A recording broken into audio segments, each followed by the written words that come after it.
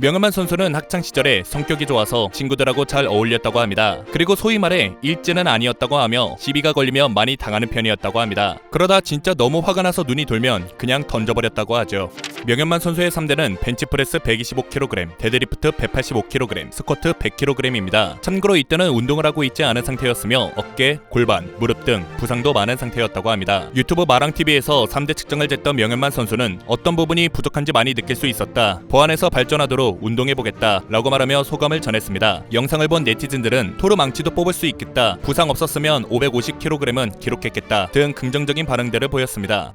명현만 선수의 키는 190cm이며 헤비급 선수입니다. 몸무게는 대략 100kg이 넘으며 매우 큰 체급을 가지고 있음에도 불구하고 빠른 스피드와 파괴력, 맷집과 체력까지 좋은 편입니다. 만약 명현만 선수의 체급이 와닿지 않은 분들은 명현만 선수와 소대장이 찍었던 콘텐츠를 보면 실감이 나실 겁니다.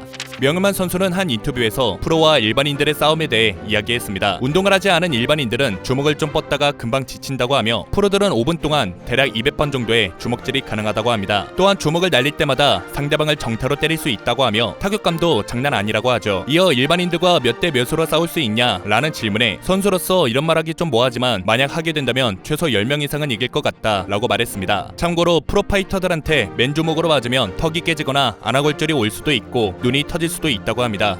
과거 영철은 명현만 선수한테 도발을 했었고 영철이의 사정 때문에 경기가 취소되었었는데요. 이후 명현만 선수와 영철은 4월 24일 드디어 붙었습니다. 명현만 선수는 영철과 붙으면서 진심으로 상대했다기보단 많이 봐줬으며 심지어 영철이한테 더 세게 라고 말하며 일부러 맞아주기까지 했었죠. 명현만 선수는 처음에는 진심을 다해 싸우려 했지만 아무래도 일반인이고 초보자이다 보니 그러지 못하였다. 그리고 영철씨는 아직 준비가 되지 않은 상태였다 라고 말했습니다. 영철이는 시합 이후 명현만 선수한테 역시 프로는 달라, 현만아 맵다 매워 라고 말했으며 명현만 선수는 아직 덜 맞았나 보다 라고 말했습니다. 영철이의 말을 들은 네티즌은 간장게장 메뉴 맵다 매워 세트 하나 만드시죠 라고 댓글을 달기도 했습니다. 또한 명현만 선수는 영철이와 스파링한 영상을 내렸는데요. 영철이가 이건 부모님이 안 봤으면 좋겠는데 라고 말해 마음이 약해져서 영상을 내렸다고 합니다. 이 모습에 네티즌은 명현만 씨의 따뜻한 인품에 감동받고 갑니다 라고 댓글을 남겼습니다. 참고로 이제 남은 매치는 권하설 선수와 황인수 선수와의 매치가 남았습니다.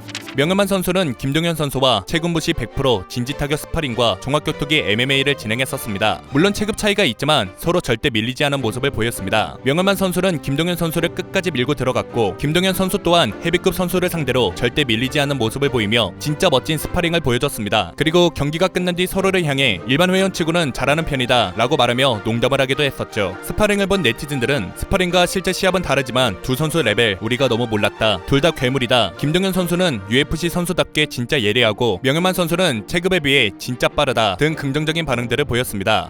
명현만 선수 대 아우르꺼르의 경기는 아주 큰 화제가 되었었는데요. 아우르꺼르는 경기가 시작되고 8초 만에 명현만 선수한테 급소를 맞고 쓰러졌습니다. 아우르꺼르는 고통을 참지 못하고 울음까지 내뱉었으며 명현만 선수는 당황하고 미안한 표정을 하고 서 있었습니다. 명현만 선수가 찾던 킥의 소리는 경기장에 울려 퍼졌고 경기를 중계하는 해설위원이 상황을 설명하길 거의 폭약 소리가 났다, 내가 격투기 쪽에 20년 동안 있으면서 이런 모습과 소리는 처음 본다 라고 말했습니다. 결국 더 이상 경기를 진행할 수 없어 경기 결과를 판정하지 않는다 라는 노콘테스트가 선언되며 아우르꺼르는 병원으로 이동했습니다. 다음날 명현만 선수는 입원 중인 아우르꺼르를 찾아 병문안을 갔으며 그 자리에서 사과했습니다. 아우르꺼르 또한 괜찮다, 경기 중에 일어날 수 있는 일이다, 빨리 회복해서 꼭 다시 붙고 싶다 라고 말하며 프로 선수의 모습을 보여주었습니다. 명현만의 별명 중 프린세스 메이커가 있습니다. 경기 중 실수로 상대방이 낭심을 찾던 게 화제가 되어 생긴 별명인데요. 이후 인터뷰에서 그럼 혹시 프린세스 메이커라는 게임 알고 있냐 라는 질문에 프린세스 메이커 게임 진짜 좋아했었다, 공주 키우고 장도 보고 옷 입히고 하는 게임이다, 엔딩을 여러 번 봤었을 만큼 좋아했다 라고 말했습니다.